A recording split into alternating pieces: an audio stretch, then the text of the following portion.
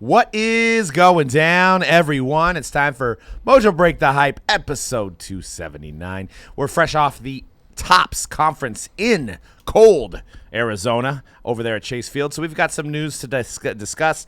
Lots of news and rumors coming off of that show. We've got some bounties for $1.5 million. Almost $2 million bounties out there. We're going to discuss that. Lots of new products coming out as well. Check Mojobreak.com for your upcoming breaks of all your newest products. Mojobreakshop.com for all your latest wax needs, Pokemon, gaming, sports cards, all that stuff you can find Mojobreakshop.com. Get delivered right to your doorstep. Guys, 279, 21 away from 300. It's going to be right around the National. Make sure you guys join our Hype Facebook group, contribute to the show, and add some more topics for us to discuss. Dan, how was the Arizona trip for you? Dude, you said it was cold. It was a little bit for being like the beginning of spring training. But it got a little hotter as we it wasn't bad. It could have been I think we were there a week before and it was colder. It was colder a week before. But spring training, alive. Saw a lot of Giants stuff, saw a lot of Cubbies stuff, saw a lot of Dodgers stuff. Baseball season. People are talking about it. I'm excited. I know Cody's excited. And, yeah, we also, the conference. Overall, some surprises. We're gonna say the only thing that was hot there was the seats. There were some hot seats going on there, some hot info. We'll get into that later in the show. Spring training, how excited are you for the A's, Conrad? I'm excited that the A's are still in Oakland. There's this video that I wanted to click on that I didn't get to watch, that I saw pop up the other day, but it was how Moneyball ruined the Oakland A's, and I'm very intrigued to see what the thought process behind that is. Got a movie out of it, and Brad Pitt was in it, so might be the best thing the A's have been a part of for a long time. But maybe I'm thinking what are they talking about? Like, are they gonna be like, because that was such an success, like the A's have to live up to that or something like that along those lines? No, I think you have an owner that treats it like a business and wants it to be as profitable as possible. Yeah.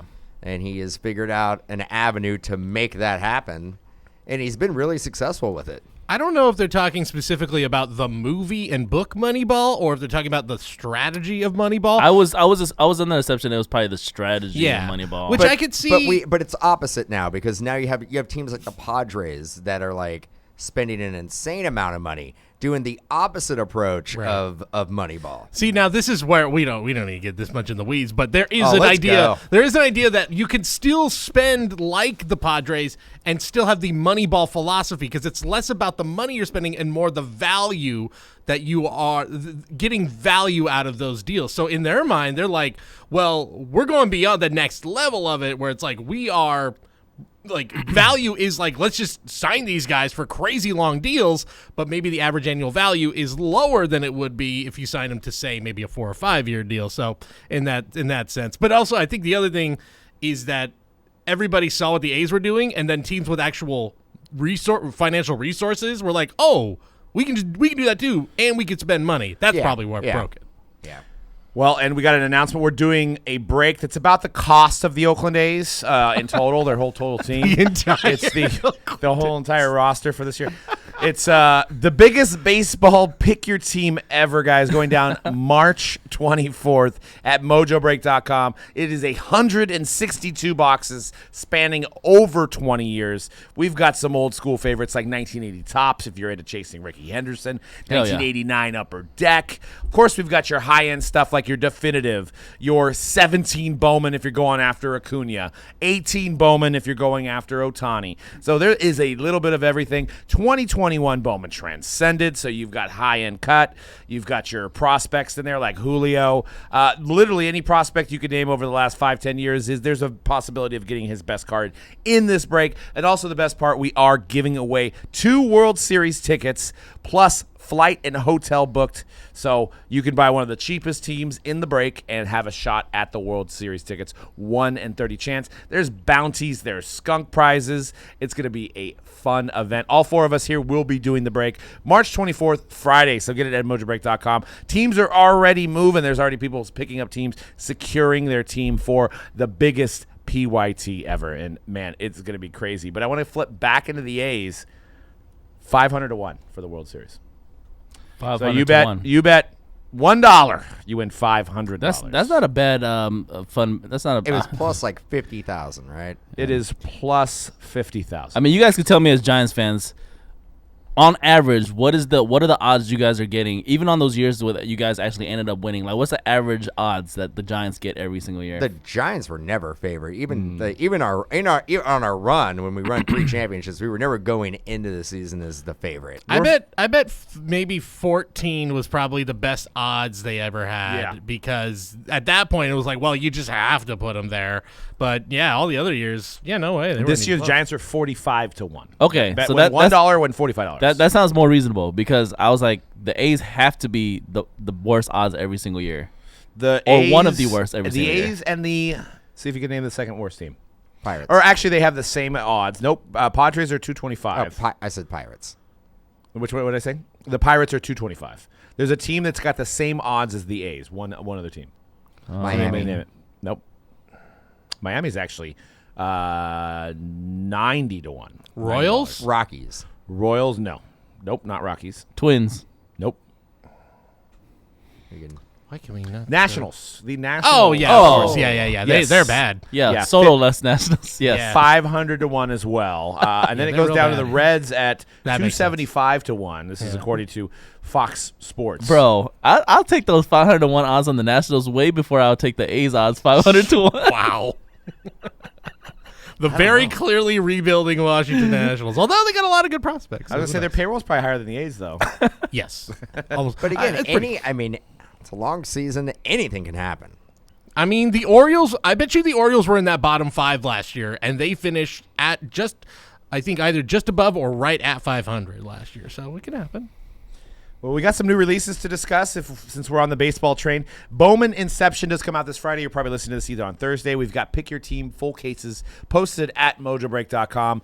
This is a 2-auto product. So if you're doing a case break, you're getting 32 autos. Highlighted Marcelo Meyer. You've got a lot of the top prospects in this as well. Jordan Lawler.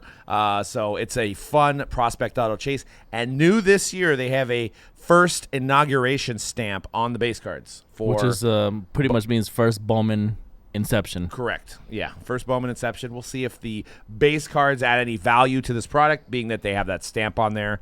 So something to watch. Topps Dynasty Racing F1 is coming out tomorrow, Wednesday, this week Wednesday, and it's a one-hit product. Cards numbered to 10 or less. You're looking at about 30 drivers in there, obviously highlighted by Hamilton, Verstappen. You got a couple Sergio Perez. You've got who's the rookie that's is popular? Guan Yu. Yeah, or Shinoda, or I'm trying to remember his name. There's a couple rookies that have made it in as their first time. Guan Yu, I think, is really the main guy, but they might have added because they didn't do Dynasty last year, right? No, I think they did. The 2021 year? Yeah, I think they did 2021. Okay. Yeah, I think this is the third year. This is the third-year Dynasty. So how many cards can they still make of Lewis Hamilton that can still continue to move the needle? Every year. Every year? Every year. Doesn't matter? Until he retires. And probably some when he retires, too. Seems like he's the GOAT, so... He's the LeBron James. Yeah. 5 years ago, did you guys ever think that we'd be selling F1 cards? No. No? Absolutely not. Would you think we would be doing lacrosse before we did F1? No, I would think that we were doing F1. Cornhole? Cornhole before F1. No. No. I mean, I've always known that F1 globally is super popular. Just domestically, it's never really taken off until the Netflix documentary. Yeah, and you're about to have that big race in Vegas in the fall. So, but I do wonder the bandwidth here on F1 when you, like you said, how many drivers did you get total? About 30. 30. Each team is represented 3 times, so that they balanced it out really nice compared to previous year. Because I remember previous years it'd be like 3 teams that didn't have any cards in the product at all. So it's one thing when you got 30 teams with 25, 12, 50 players on each team. Like that's a lot of different subjects. But yeah, 30 guys. I'm curious. We'll see. But I guess when these series are so popular, and when the top guys are as popular worldwide as they are, then it's not going to stop anytime soon. F1 Dynasty, or is F1 cards collecting as a whole, is that the yuppie collector? If we had to categorize, is that the khaki tucked-in shirt type of collector? Sweater over their neck. No. Yale. I would say no. No. What I was going to add. Golf. Yeah.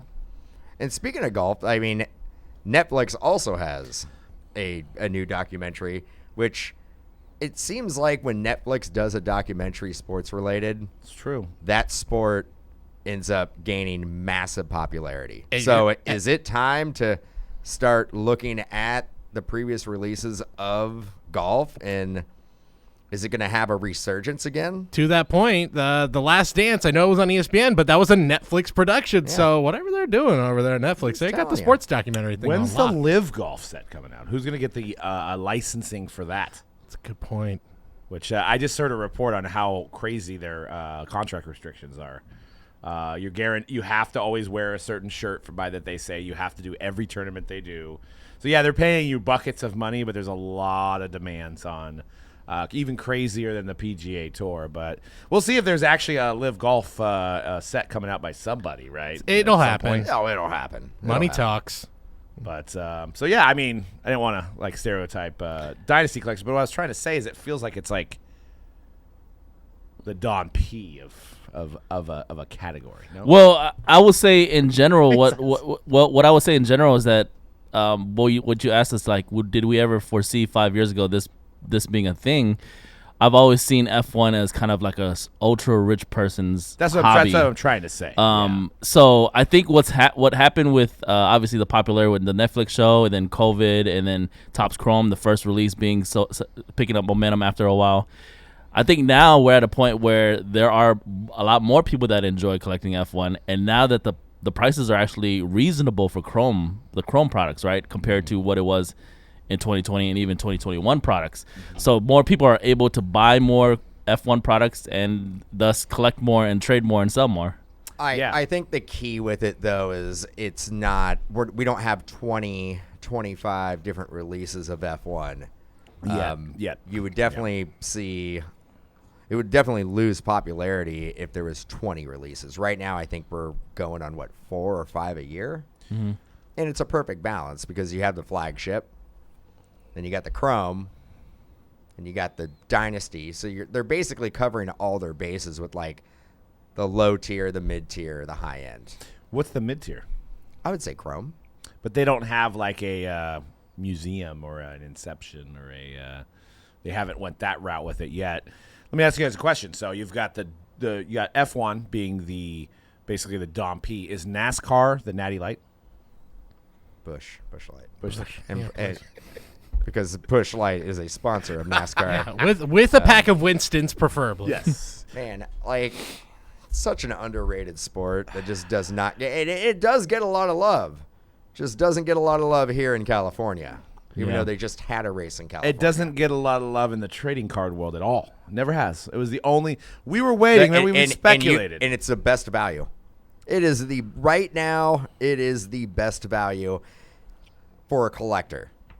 Not for somebody who's going to be flipping the cards. You're probably not going to do well. But, like, to be able to open up a product and you're getting, like, you open up an NT box, you're going to get a couple of the main drivers or names. Crazy relics.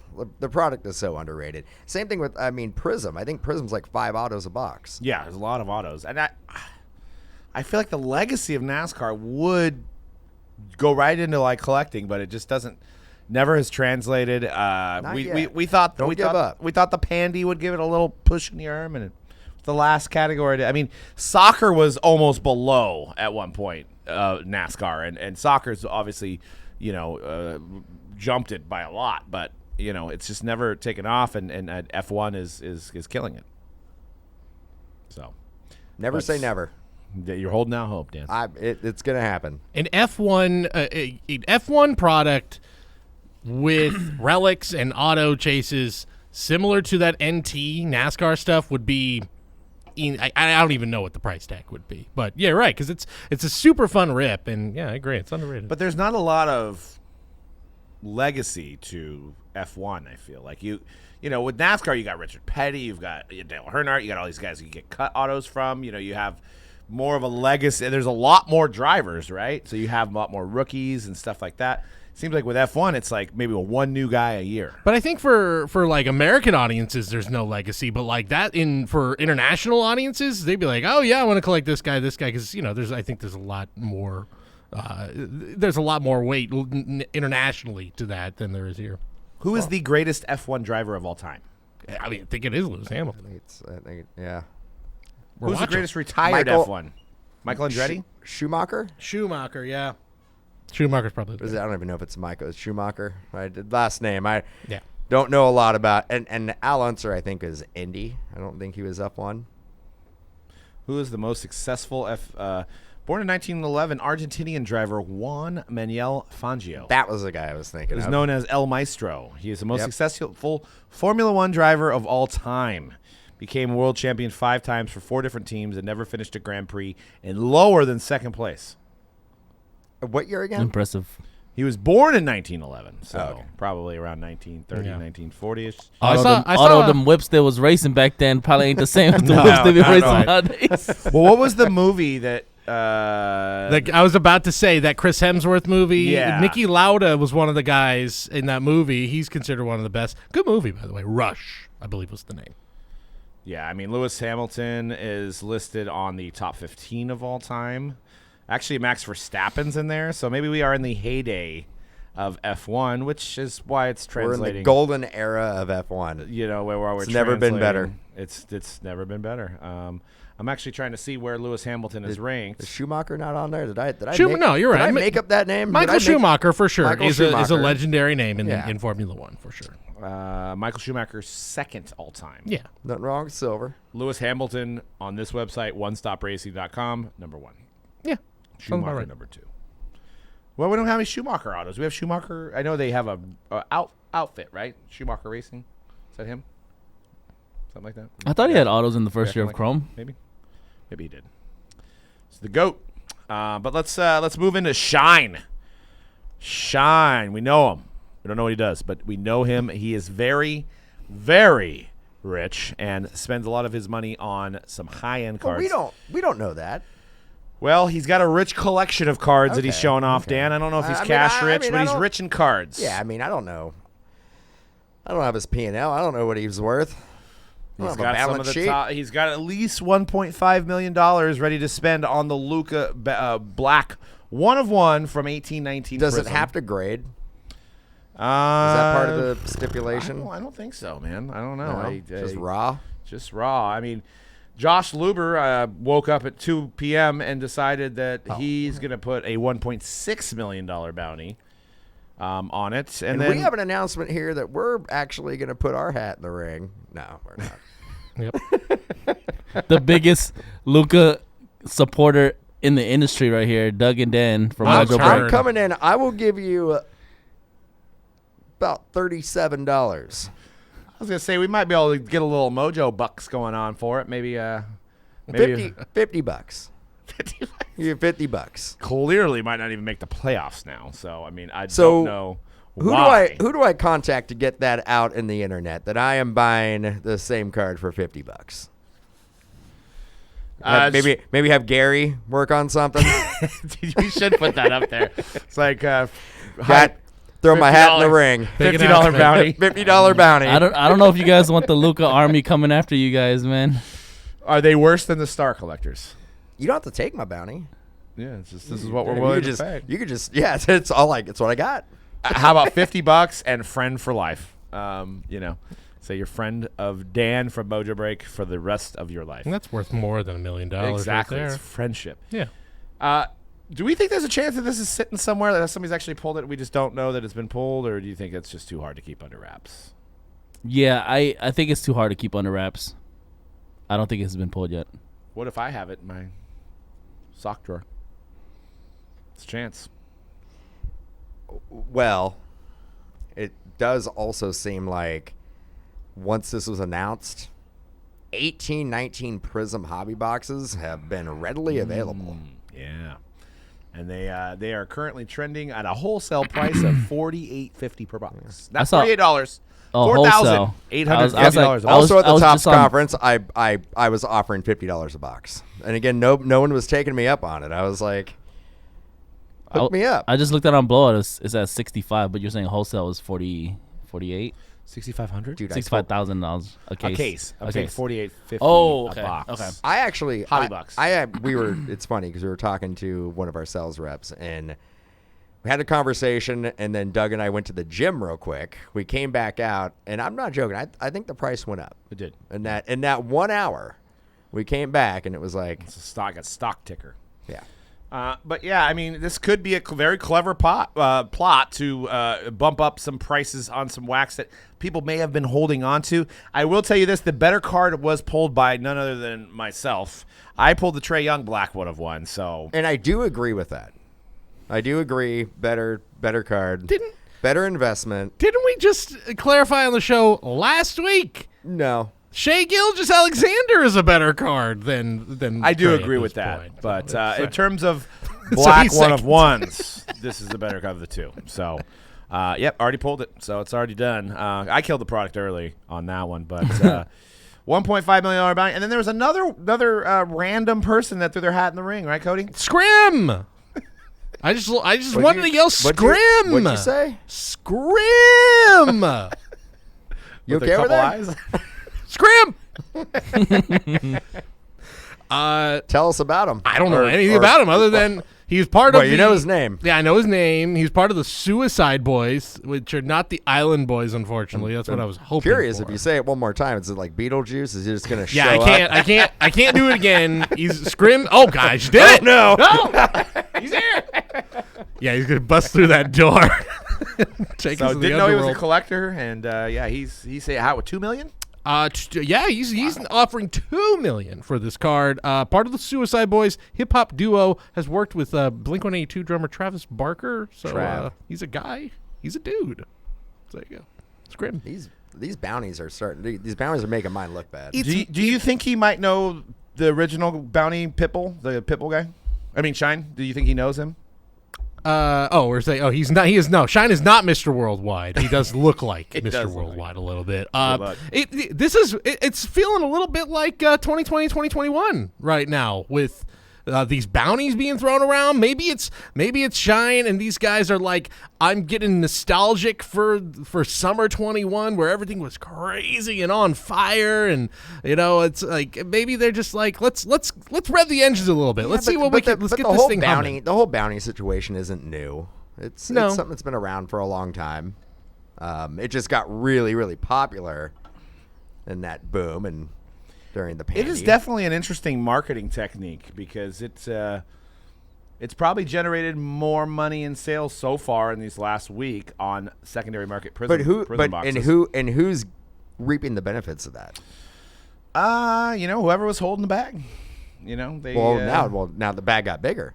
Well, I mean, but somebody was holding the bag of the product itself, like had a good amount, healthy amount, right? That they were able to sell now at that price, because I do believe it was around $2K, $3K a couple months ago. So we almost For a doubled. box? Yeah, I think we almost doubled the actual price of the box with this bounty. That sounds announcement. low for 1819. I always assumed it was around like 3 to 4. It was a roller coaster ride, I believe, because 2 is like what you can buy like the Zion year for now, right? Right. 2 months ago, we had an opportunity to buy a fair amount of 1819 stuff, and Yeah, and we do have some 1819 right now. We have the choice boxes, which doesn't really do any good. You can't. But you can't. Oh, because the nebula's already been pulled. Yeah. It's already been, unless somehow you can pull the black out of that, but we all know that's probably in hobby. So. And also, I mean, you briefly mentioned it, but he also has that bounty out for the Bowman Chrome University Superfractors. But the Bryce Young's already been pulled, or at least the auto. Somebody version. came up then, sell it to him. Somebody did. What I want to say about this when I saw this, and he's like, he's like, hey, come on, breakers, let's get ripping some 18. It's like, bro, I'm looking at the prices here. Okay, he's offering $1.5 million for this card. You divide that by how much a case costs right now. You're looking at opening up 23 cases to reach 1.5 million.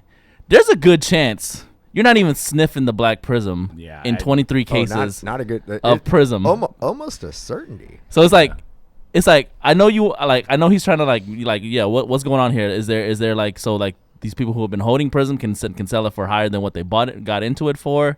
It's like it's not so easy for all of us breakers to just be like, yeah, you know what, that bounty, let's start opening up that 1819 Prizm, bro. It $65,000 a case. Like, who's doing that? That's exactly. There's a few outlets that can. We bought a few boxes. We'll see. I don't know. It's because there's not a lot of other chase in there besides obviously the one of Trae Young. But Trae Young, big card, and Gilgeous, right? Gilgeous in there, but Gilgeous has no rookie card logo, which is also confusing. But I mean, granted, you can pull any numbered Lucas still, and it's going to be worth a decent amount. Like, you know what I mean? But it also could be in first off the line as well, right? Could be. Could it be? Yeah. It absolutely could be. Right? So then you have that as a possibility as well. I mean, how many look, talk about hobby. How many cases do you think are still out in the wild? It's a good question. Like, okay. Over or anywhere under from 1 to 5,000. Dude, I knew you were going to do that. That's my leg. Over or under 1,000? 1,000 cases. 1,000 You cases. think there's over 1,000 cases left? Yeah. In the wild. Yeah. Granted, it was a little bit before the overproduction era. I think started. I think it is. I think it's slightly over 1,000. But like you're saying, 1.5 million, you get 23 cases. If there's 1,000 of them out there, you're probably not getting it. Looks like the first off the line is trending at almost $6,000 a box as well. So interesting to see what that is going for. I can't answer this question because I wouldn't pay much for it. Do you think that's a good buy at 1.5 million? Do you think there's a chance it goes up? Or 2 million, right? Or 2 million. Don't we have the bounty is now. Do we have scrim? Well, I don't know what happens if you say it 4 times. I don't want to test it with the fifth. And technically, Cody, it's money sign crim. Oh, is that what it is? No, no. All right. Well, now we've restarted it. So now if you say that two more times, yeah. well, now one more there's time. There's twice. Yeah. So. Anyway. And then you have my $50 bounty on it. Yeah. Yeah. So $2,050,000 essentially is what we're looking at. I would say No. No, you just take my 50 just take for the 50 card. or nothing. That's it. Okay. Fair enough. I'll say the 1.5 is a good buy. The 2 million, I don't know. 2 seems like too much. 2 seems like really at the max of what I would That's where you imagine. draw the line. Yeah. 1.5. That extra $500,000 where you're like, whoa. Okay. I think 1.5 is a little steep. For a non-autograph card of a scrub? Now, has the autoed version been pulled? I believe so. But nobody wants that. That is crazy. How crazy? I don't understand. How much will the internet explode if a certain breaker pulls this? And you guys know where I'm going. We all. Here's the thing. The moment I saw this bounty, I'm like, well, we all know how this is ending. We know. I don't have to say who it is, but we all know. I don't know. 2 months time. Who's pulling this? And it also is creating because it was this time last year where the triple logo man craziness all started. So we haven't seen the flawless checklist yet. No, you're right. Are you? Feels like we are creating leading into the national. Everybody is going to Exactly. be ripping 18-19. Exactly. It'll get pulled before the national, though, right? I maybe, but it feels like this is a harder product to attain than flawless was brand Dude, new. I think I think there obviously is going to be people opening this up to try to get the Luka Black Prizm, but and I know there's guys out there with deep pockets and companies out there that can do this, but like to what extent? I don't think there's going to be that many folks actually actively opening up 18, 19 Prizm to find this. So I'm going to say it doesn't get pulled by Nationals. Yeah. I don't know. I'm saying it's going to get pulled within the next month, personally, honestly, because I think there's already people scooping it up. The weird thing is, you mentioned the Bowman University bounties for Bryce Young, Caleb Williams, and C.J. Stroud. Mm-hmm. $15K Bryce Young, which was pulled, $25K for the Heisman winner Caleb Williams, and C.J. Stroud at $10K. Why is Shine the bounty guy now, right? So he came out with the Luka, which makes sense. That's what he seems to collect. I don't see a lot of Superfractor football cards going through his timeline. He's trying to set the mark. He's probably looking at this product and be like, okay, this is their first Bowman. I want to kind of test the water. That's why the bounties aren't that high, right, compared to the Luka. I mean, it's still pretty good amount of money, but he's probably like, I like this product. I'm prospecting on this product by, I think these guys are obviously the main guys that people are going to want to collect moving forward, and I want their first Bowmans. So we don't think he has any tie to anybody else besides himself. Well, it should be mentioned, only one of those was the first Bowman. Oh, yeah, that's true. Which is kind of why I was a little surprised. Well, first with maybe like he's thinking like the first with their license. Yeah. It just seems like an odd play. Like, we're going to name the Luka first, and then we're going to go right into Bowman University, and then we're going to go into Baller, and then, just it's an interesting way of doing it from somebody like him. Now. He's a bounty guy. He's a bounty guy. Call him Dog. He's the bounty hunter now.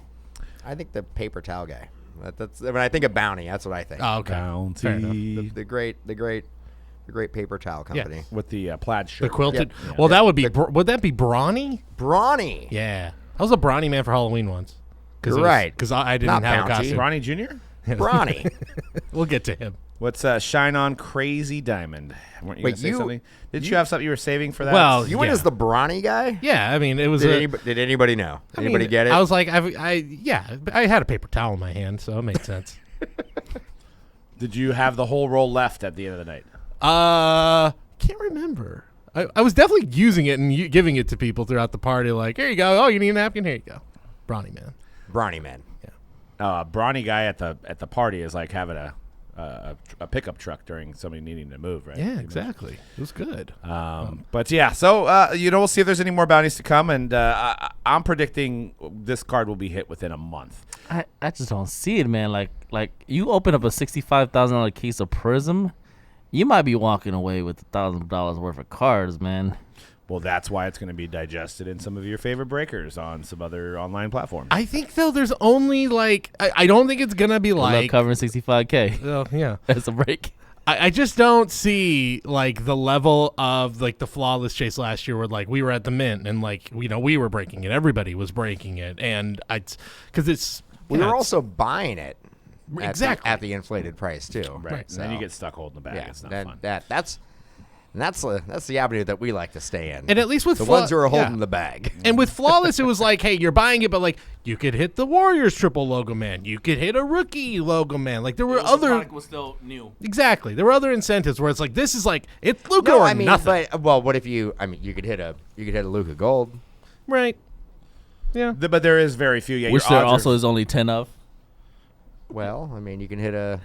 Black Gold? No, it wasn't that year. I mean, you've got essentially three guys. There's 5 more. Yeah, you've got 3 guys. I think you'd be like, I'm very happy to have this card out of this product. After that, But even a Luka Silver, right? PSA 10 is what, 2K? Good. So it's you're not getting. Well, for one, you'd have to hit it, and for two, it'd have to be a PSA 10. PSA 10, yeah, so, exactly. Maybe a. So Kobe. if we were to do a PYT case break, Maverick 65K. they'd have. They'd have to be 90% of the price. They would have to be at least $45,000, right? Yeah, 50,000, 50 grand. You know what you'd probably get the other 29 teams. You can probably get like 10. 15,000. 10 to 15. You make it a 3-spot PYT where it's Mavericks, Clippers, and the Hawks, and you just pair up every other team with those 3 teams, and there you go. There's your break. You get them as a throw-in. Could be. Yeah. Also be a little expensive. A little bit. Got a shot at a $1.5 million card though, so we'll see. We'll keep you updated on that. So I'm sure you'll see it before once it happens, and then we'll talk about it a week later. But that's just how we roll. More hobby news. Prizm Monopoly. Anything to talk about here? Panini is partnering with the Hasbro company, Monopoly. Yes, the game you play, and they're intertwining some Prizm basketball cards. Do you have any info besides the photo there? It's Prizm as a Monopoly game. That's okay. So we were trying. I think Dan and I were trying to figure this out last week. Of like, are you getting new cards?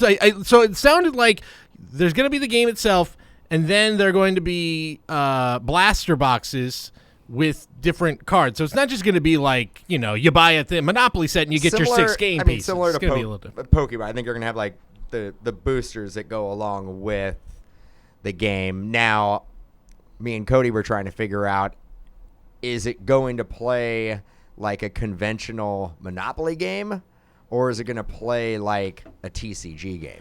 The set features 90 cards. Besides the main game, there are booster packs and boxes that also have inserts and parallels like Monopoly Boardwalk. You get 4 cards per pack, 6 packs per box for the Monopoly edition of Prizm. There are no properties. Instead, it starts with players building their decks. Packs and trading are encouraged. As the game evolves, players get additional cards and ultimately win by getting the most points like a real basketball game. Based on fan insights, we noticed a unique crossover opportunity between individuals who love classic gameplay and card collecting, which ultimately lit the spark to create and bring the innovative trading card element to Monopoly, says Hasbro's gaming senior vice president and general manager. It sounds like unlike any other Monopoly crossover, because what they generally do is they just slap a different property, different franchise on the product, and they just have like whatever the characters of that property or franchise is. The different houses will be called something else. Like I have the Sonic version. My family has a Sonic version where it's just like instead of what's that main one that everybody wants, Bill. The main property or whatever. Yeah, Boardwalk. It'd be like the blue Sonic ones. Green Hill or whatever, right? You know what I'm saying? But this sounds like it's actually a completely different freaking game. Yep, it's you got to be 8 years old to play it or older. I just bought the wife the Britney Spears version, and it's just have you guys opened it and looked at it? It literally, instead of properties, it is her singles, her hit songs. Yeah. So Baby One More Time is Park Place. I don't. Well, it would be Boardwalk, maybe. I mean, Park Place. Yeah, whatever the most valuable. It's got to be that one. Yeah, so that's what they normally Toxic do, right? Was a big one. And this, I mean, I'm kind of I'm intrigued in seeing how the game actually plays. It sounds completely different from what Monopoly generally is. So you got that, and luckily for Panini, they didn't come out with this a couple of years ago when they had all the licenses, because now it doesn't look as bad for the name, right? Which was your point? First thing I thought of when I heard about it. Panini Monopoly. Now I don't think Fanatics can come out with it. Wouldn't look as good. Ben Baller Chrome is skyrocketing, which would have never guessed in my entire life, because the last couple years have been so on the release of Ben Baller Chrome. This year they changed the bordering around a little bit, and it is highly in demand right now. We can't keep it on the shelf. So good job by Topps, but we're still left scratching our heads, and I think C-Rad's broke more of it than any of us other 3 guys in this room. So he's here to tell us why Ben Baller Chrome, the 38th Chrome release of the year, is doing really well. Well, to start off, like I was telling you guys off air, to start off, the pricing was better than in previous years. It started off at $150 for everybody. When they retailed it? When they retailed it, it was one, and from previous years, it started off at $250. So it's $100 difference this year to start off. 2, and I'm telling you this as somebody who has opened up a lot of Topps Chrome products this year, between Sonic and Update and regular Topps Chrome and whatever that one Topps Chrome Black, Cosmic. Cosmic. It is, besides maybe Cosmic, it is the best looking Chrome product out of all of them. But do you think in 20 years when like either Bobby Witt or Julio or one of these guys is like, Hall of Fame status, we'll be like Ben Baller is the Topps Chrome one? No, but at the same time, like the product has skyrocketed, but it's at $350, which is expensive, but it's not.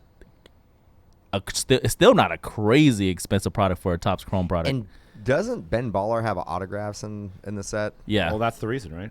I mean, everybody. Which like Cody was telling me sells for more than probably everybody else besides Julio in the set. Yeah, it's just it's a great looking product. The black border really makes the regular base. So that's the biggest collectible to difference me. this year is that remember the prior 2 years it was just the same Chrome look. It just had with the Ben chain. Baller And it had the Ben Baller chain on it. Yeah. Do we know what the print run is for this? Because that was a big reason why Cosmic Chrome went crazy highs. The biggest parallel you can get is 99, I recall, or 75.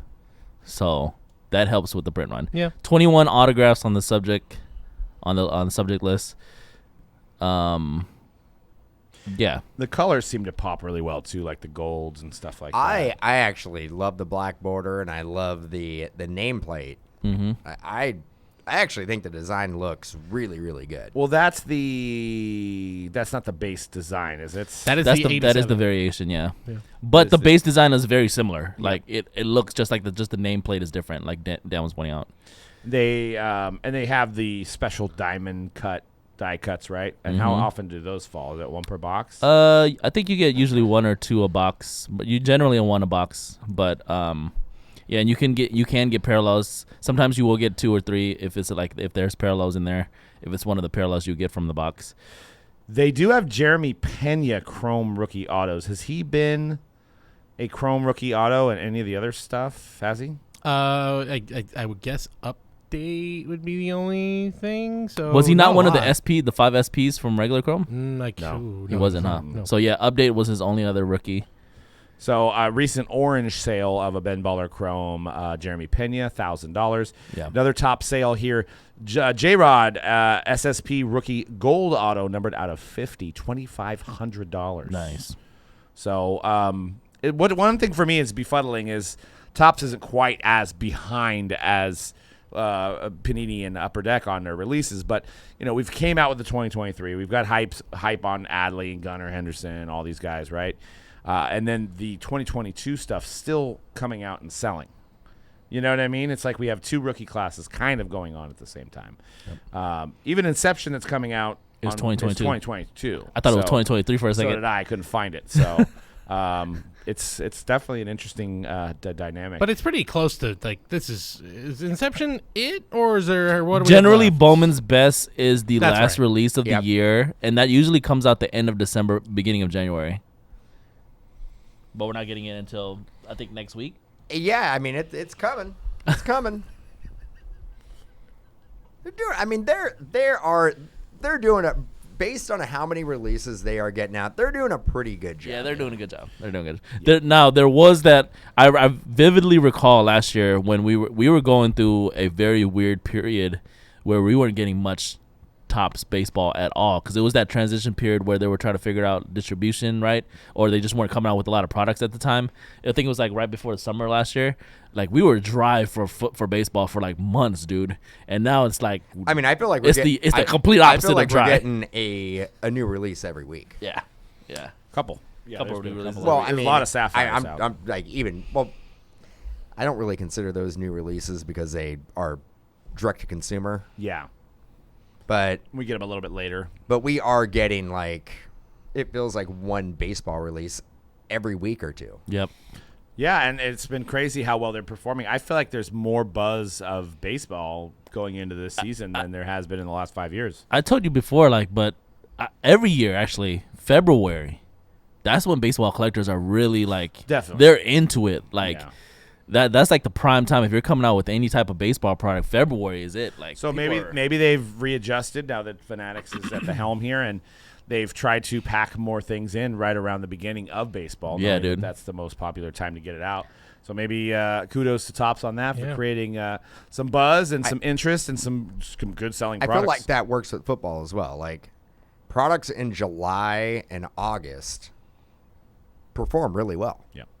People want to rip it. It's back-to-back good rookie classes, and just general interest in baseball. I don't know if you saw there was a report that like the spring training game from like 2 days ago was like the best rated spring training game in like the history of ESPN. Like bizarre. Was it with Ohtani versus? No, it was like Mets and Cardinals. Who's watching spring training? I mean, baseball me. On TV? I mean, I'm a sicko. It's lunatic. me. Yeah, absolutely. Yeah, no doubt. But I don't know. Maybe it's the pitch clock thing. People are liking it, despite the fact that I think I've seen a lot of people being like, I don't know if I like it. But talking to some people who went to some spring training games, the consensus is that people do like how fast the game is going. But you know, one thing I did play baseball for 15 years. Obviously, didn't get very far. No, I turned down a career in baseball to become a breaker. To become a breaker. But one thing I was thinking is the pitch clock. You know, the player has less time to think, right? So we're going to see some kind of advantage to certain players and some type of disadvantage to other players. You know, before you'd have the guy step out of the box, readjust the gloves, you know, and kind of get himself together after maybe an 0-2 count. Boring. So there's less time, right? There's less time for this guy to analyze and think about the pitch now. So are we going to get more swing throughs? I mean, we already have a lot of strikeouts. I think we're ultimately going to get even more strikeouts. This was the goal, is to get the ball in play, to keep you on your toes. That was the whole goal. But that also works with pitchers as well. Yeah. I mean, they can't. You can only toss over. I don't know the exact number. I think it's twice. So that's how they're buying themselves time, is tossing it over. Well, you toss it over. You basically like readjust. You get off the mound. You walk around. You like basically ice the hitter, and that works in the pitcher's for the pitcher's benefit. Now, like the pitcher's not going to be able to do that.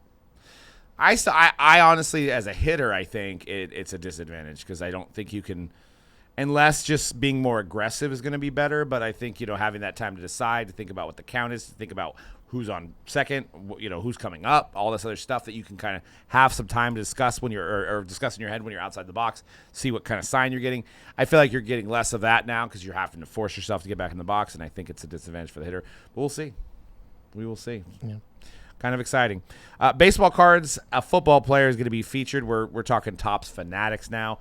We were at the conference at Chase Field over the last couple days. It started Sunday, ended on Tuesday. So a few big announcements coming out, but I want to start with Tom Brady is going to have a Bowman card in draft as an Expo because he was drafted by the Expos, and possible autos. But wait a second. How was Tom Brady drafted by the Expos when it was 1994? 1995.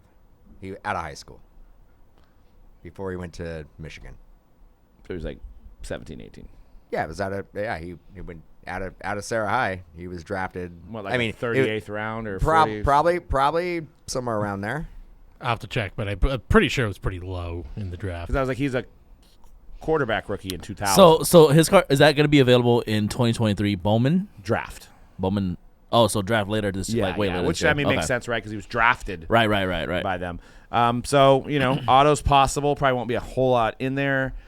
Do you guys think that's a good value add, or that's too much of a gimmick? We've had it before. Yeah. We've had it with Russell Wilson. Yes, it's a fun addition, I think. John Elway. John Elway. Johnny Manziel. Timothy Tebow. Jameis Winston. Deion Sanders. Jameis Winston. But Deion Sanders actually played baseball. Right. These guys. I mean, so did Tim Tebow. I mean, I know he didn't play the majors, but he did play in the minors. So he got close. I mean, I feel that we've talked about Tim Tebow a lot. Too much. Hall of Famer. Hall of Famer. Much rather have his cards than Luka Doncic cards. But, oh, you know. Well, I mean, in there, I get it. I mean, I agree with you on that one. So that was one of the announcements, is getting Brady in there, which I think is obviously going to be a cool chase. If you're buying a break, you're buying the Nationals, I guess, for your chance, right, of getting of Tom Brady a Bowman card. So we'll see. They're also going to be cutting back on products. I know Cody has a list, but some of the notables: opening day is now not going to be made, and first edition which if anybody wants them, I think we have some first edition in the back. I think that one was too watered down, and I think they're catching up, and we talk about the parallel era being over. I think first edition plays right into that parallel era. I don't know if the parallel era is over, because from all the sapphire that I've been opening up, it's like this is what I want to say. It feels like the baseball collectors are now okay with what basketball collectors have always been collecting, which is just like base cards that are parallels. Because I'm opening up Sapphire, and I'm opening up Ben Baller, and I'm opening up Update I'm opening up all these products, Sonic Light With no autos. There's no autos in any of this stuff. I remember opening up products where you actually got autos. It's like, and this is a lot of products recently, and I'm like, and guys, baseball collectors are loving it. They're loving it. There we go. The parallel era. But I do continues. But I do agree. Was like wrong. First edition was like that was definitely an old Topps idea. Like before Fanatics took over, because it was like, did we need a first edition of a first Bowman, bro? No. First. But yeah, I mean, you see the 03-04 Topps base. They have the first edition of LeBron. I believe there's some first edition popular Bowmans of baseball players over the years as well. So it kind of went on a hiatus, came back, and now it's back on a hiatus. And they'll probably wait for the right time to release it again. What other products are? I know Bowman Transcendent is no mo. It's gone. Gold label. No, Transcendent is that's Bowman Transcendent. Not that I've seen. No, Bowman Transcendent seems to be still going. I don't think so. I think that was on there. Yeah. Well, gold label, clearly authentic. Topps opening day, gold label, clearly authentic, Fire, Bowman first edition, Gallery, archive snapshots, Bowman Chrome X, and Bowman Heritage still not coming back. And I think they also made it a point that they're not going to be coming out this year, but they could make an appearance another year at some point down the road. And that they may not be I think the key too is they are not going to be standalone releases, so they could be put in as inserts somewhere. So it may not be the last. Or make this is a good make thing. like a Chronicles. I was going to say that. Call it volumes, and just have basically all the sets into one. There you go. And use that. Which is the saddest one that you guys are going to miss? Clearly authentic. I was going to say the same thing. Damn it. Clearly authentic. That was a good product. For me, all solid choices. I'm not going to miss any of them. I was going to say, I thought you were going to say, for me, it's all about the vibes. But I got to be honest, it is I kind of agree with C-Rad. Like, Clearly Authentic is probably, if I had to pick one, probably that one, but I'm not going to miss a lot of those products. I feel like you guys are going off. I also feel like you guys are feeling like Clearly Authentic the last couple years have been okay, but dude, you guys remember when Clearly Authentic, where they were first doing it, it was pretty trash. Like the first few years. I just, you take a card regular and you turn it into an acetate card. I love it. Yeah, it is hard to. The acetate era might be fading too, and I think they what is it? It's not an area that I want to. I don't want to be. I don't want to be in an area where it's fading away. Well, they do have. So one of the advantages of Series 1 2023 Hobby is the number to 10 clears. So they don't have them of all the rookies, but they have them of the main. Nice. Like Adley, Gunner. Only available in Hobby, not only Jumbo. Available in Hobby. So obviously the odds are probably very hard to get them. But that's a nice extra chase for Hobby though. Yep. I like stuff like that. Nice addition. Wait, in Series 1? Series 1 Hobby only. Just Hobby. Yes. Like not Jumbo. No. Just Hobby. That's pretty cool. I like that. So we need more of that. Yeah, I mean, they do the orange refractors in the Bowman version. Bronny James is now featured in the Topps Chrome McDonald's All-American set. When we got solicited, now that all the things that are coming together makes sense on why they're coming out with an All-American set now that they're able to do this. But I was like, why are we doing an All-American set? Doesn't make a lot of sense, but the air got cleared there. So Bronny James is coming out in that set as at some point, and I don't know. Is this going to be the card that you want, or is it going to be the stopgap before you get the other stuff? There will be a lot of hype, but it's probably at some point he'll have another card and people will move on. But out of the gate, I think there's going to be a lot of hype. They have said his stock has gone up to the point where they figure he is going to be a top 10 pick at this point. Yeah. So and probably higher because getting Bronny means getting LeBron, even if he's not. At that point he'll be 40-year-old, 41-year-old LeBron James, even if he's not the player, the marketing alone is worth it. Significantly worth it, yep. So that's going to be interesting to see, these Bronny James, and I think this is all gearing towards Topps having the NBA license at some point and already having a deal in place for Bronny James, hopefully, allegedly. So also we'll talk a little bit more about that coming up. They're working toward less redemptions, but that is a fine line, as we know here. You cannot put out a product like missing a J-Rod rookie in terms of last year's product, maybe Adley Rushman this year. You have to have those guys centered around the product. So redemptions are always going to happen. We like to hear that there's going to be less, but I hope at not the point of affecting the product's big hit potential. So Yep. We have new parallels. We have frozen fractors, cards that are numbered below 0. Bro. So you have a wait. -5 of 0. Bro, what? You haven't heard this yet? This isn't real, right? It's not April Fool's Day here yet. This is real. This is real. -1 of 0. His mind, he's stuck. We gotta reset him over here. Now, What? I missed this portion of the conference. I had some meetings at the conference. Is this going to be in Bowman? Is there a specific product these frozen fractors are going to be in? I don't think there was anything from my research. There was nothing specific. The retro fractors, which do seem like a kind of a pretty cool idea, actually, which are going to be first Bowman cards that never existed. So you're going to get the Babe Ruth Red Sox first Bowman, quote unquote, and that will be the only time you ever see it. Similar to that back in the day, they did the super fractors that never were. So that is making a comeback. But the frozen fractors, there's no product specific. The as of frozen now. fractor is not a good idea.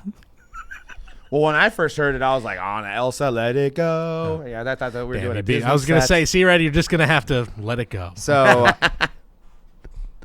the -1 of 0 would be the 1 of 1. A serious question. Is anybody is in a -5? Our would be audio 5 of- only listeners, I implore you to please watch the video to just see Conrad's reactions to all this. I'm trying to figure out more information with this. So I think the -1 would be the 1 of 1. It's a 1 of 1. I'm not sure if I know Midwest. Shout out on Twitter. I believe that they reported it about it, but I haven't been able to find some more info on it. But I am interested. Frozen I would love to be in the boardroom meeting where they came up with this. Well, I mean, this isn't the first time we've had a 0 card. Remember, Jackass has 0 of 0 cards that are 1 of 1s. So it was already in the works. Jackass Trading Cards has the 0 of 0. But see, like when your line is called Zero Cool, like I'm like, well, that makes 0 sense. out of 0, yeah. 0 out of Well, 0. It's kind of a fun this little just thing. makes me feel like it gives another opportunity just to make more Parallels. and if you can make more parallels, you can make more product. So you guys are saying that this is too gimmicky. Well, it also sounds like the same products are probably they're still going to have like number to 25, like You would assume. positive 25, 50, all that stuff, and now you can just do it the opposite way. So you're essentially making double the parallels. Right. I also wanted Very to difficult to build a rainbow at that point. Oh yeah, it's there's a lot of them. I mean, you're gonna have to have like the below 0 rainbow, and then like The above 0 rainbow. the above 0 rainbow, One thing I wanted to mention and then if too. you double rainbow. Double ring. What does it all mean? Jeez. I mean, it is getting colder out there, so climate change refractors coming soon as well. One thing I did want to mention that Topps Big League, we didn't have this on the slide. They are going to have redemptions. Now, I've heard it's pitched at kids because Big League is a kids product, where the athlete will follow you back on Instagram. Mm-hmm. So That's awesome. That's but, awesome. I somehow think that it's going to be more adults chasing that than it is going to be children. 1,000%. Hey, you know who follows me, man? Babe Ruth. Oh, man. Could you imagine if it was like Trout? I mean, I don't know what players are going to be on the checklist for that. I mean, I can't assume that you're going to have the elite of the elites on there for a following. But, maybe like a Mark Melanson type might be on there. But, Trout is got a big deal with Topps. I wouldn't be shocked if Trout... And also, Trout's social media profile is, basically very wholesome. And, the only things he tweets during the season is a photo of an emoji of an airplane saying what's the next city the Angels are going to. That is the extent of his social media personality. So, following, that's not that crazy to get a follow from him. Yeah, so we'll see. Pivoting into some news that will lead us into some other news is Fanatics hires former Clutch sports agent Omar Wilkes, son of Jamal Wilkes, former four-time NBA champion, to run its athlete relations department. Clutch represents LeBron James, Anthony Davis, Draymond Green, and more. Topps acquired the NBA PA card rights, or acquires the rights in 2025. So I think all signs point to some LeBron stuff coming out. With the Bronny stuff coming out, I think LeBron coming over one way or the other is, I think, a good thing for the hobby. And this kind of is another little domino to fall.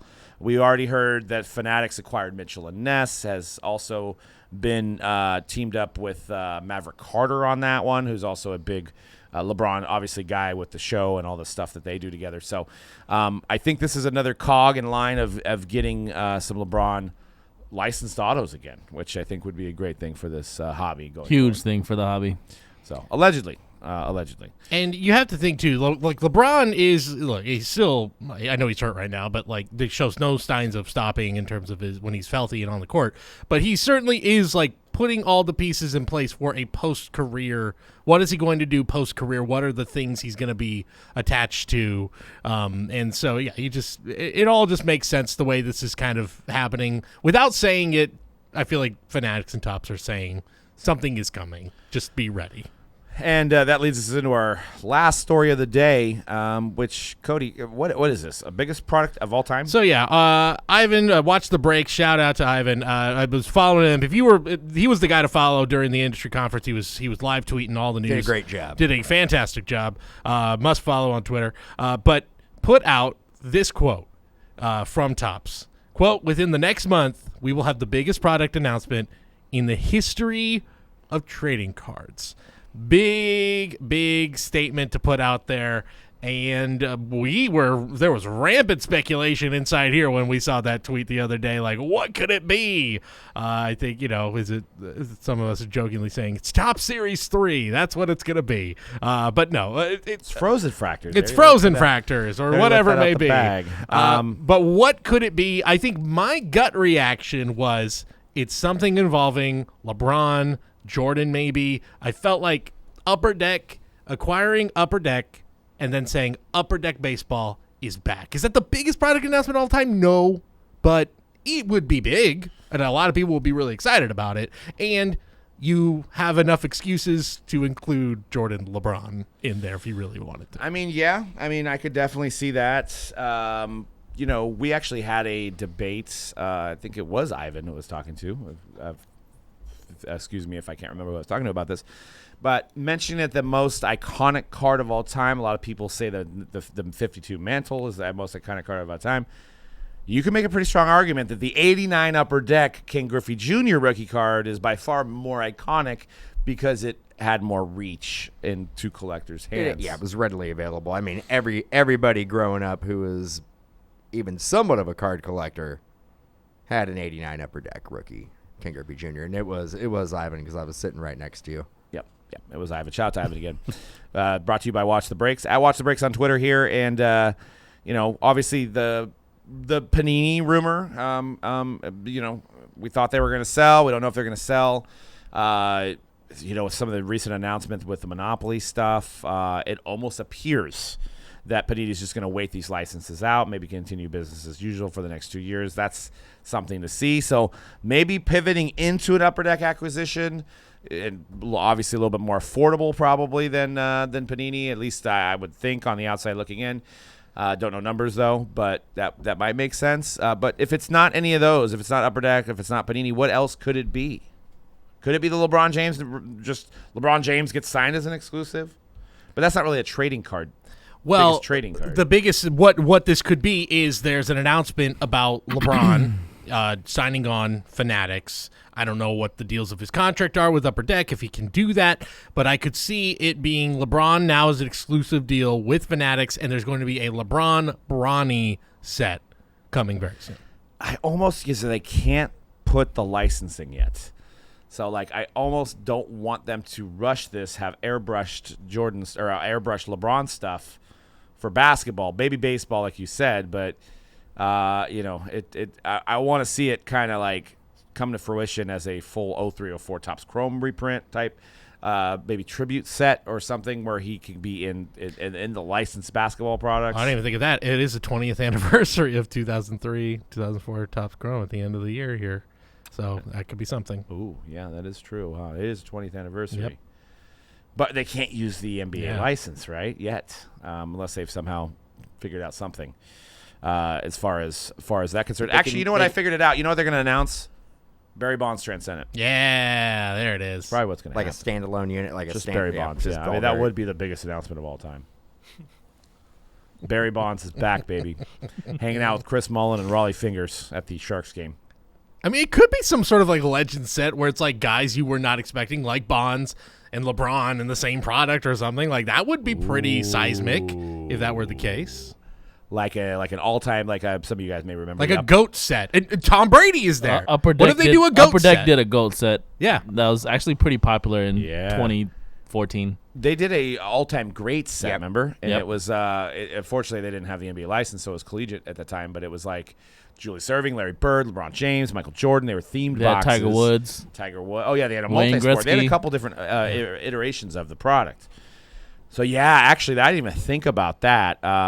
But what do you put LeBron in then if you come out pre-NBA license? Is he back in the 16-year-old LeBron in high school type photo? Or Yeah, probably. Or is it LeBron? What baseball team could he be on? It'd be Red Sox. If he's in a baseball product, he would be the Red Sox because he's part of the Fenway ownership group. Oh, yeah. So that's where you do it. Tom Brady in there. That's why you could do like Upper Deck baseball, but you include Jordan on the White Sox and LeBron as a Red Sox, auto or whatever. So Could they do an all-time greats with like a transcendent type party that you go and you meet LeBron? Would that be insane? That's what I was gonna say. Like I'm trying to wrap my head around the biggest product announcement of all time.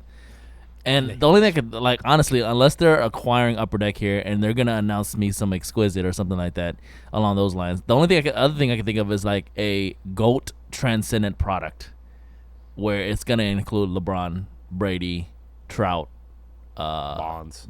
It really Bonds. does require buying Upper Deck because then you can throw in Gretzky, you could throw in Jordy, you could throw in Serena Williams, you throw in so many, literally all the goats. I have a feeling. I think we're overthinking this. yeah. I think it's going to be something like they're going to do a product that's going to include an experience very similar to how like they have the transcendent parties and stuff like that. Yeah. I think we're going to see something like that, like an experience with an athlete inserted into a specific product. When you say like biggest product in the history of trading cards, that's a biggest God product damn, that's a bold announcement. statement. So I think it's going to be something that, like a product they already have. They're Could it just be going to include physically something else. Physically the biggest product? Could that be the possibility? Yes. Maybe we're getting like a full-sized bat or seats or something from a game. I don't know. 50K mystery box. Could be. We get a case coming to our door here that's literally the size of our building. Yep. Here it is, the biggest product announcement of all time. There's It's a player literally inside big. of it somewhere. There's just literally- waiting to come out and sign cards for you. Ryan Sandberg walks out of the box. Hey, I get to hang out with your shop for a week. Yeah. Either way, I'm excited. I'm excited to see what this is. Me too. So we'll find out more as the weeks go on about this announcement. Interested because in the next month, so this could Lines be up with the mint. Lines up with the mint. It's also beginning of baseball season. Lines up with the mint. It has to be a baseball product. I feel like it's got to be a baseball because they product don't now. have the licenses yet unless something acquires in the meantime. But I'm still placing my bet. It's the return of Upper Deck baseball. That's my bet. We will see. I mean, that would be in line with the 89. Maybe they come up with an 89 set somehow. We'll see. But that's all we got for today's show, guys. Follow us at Mojobreak _com on Instagram. Latest reels and videos there. Also, get into a break, Mojobreak.com for Bowman Inceptions coming out this week, along with F1 Dynasty. All the latest products. Been ballers breaking over there. So get in on a break. Chase these big hits. Also, don't forget about the biggest break of all time, 162 box baseball. Pick your team mixer, 20 different years, including the 89 Upper Deck is in the break. So check that out, and we'll see you guys next week on The Hype. Peace.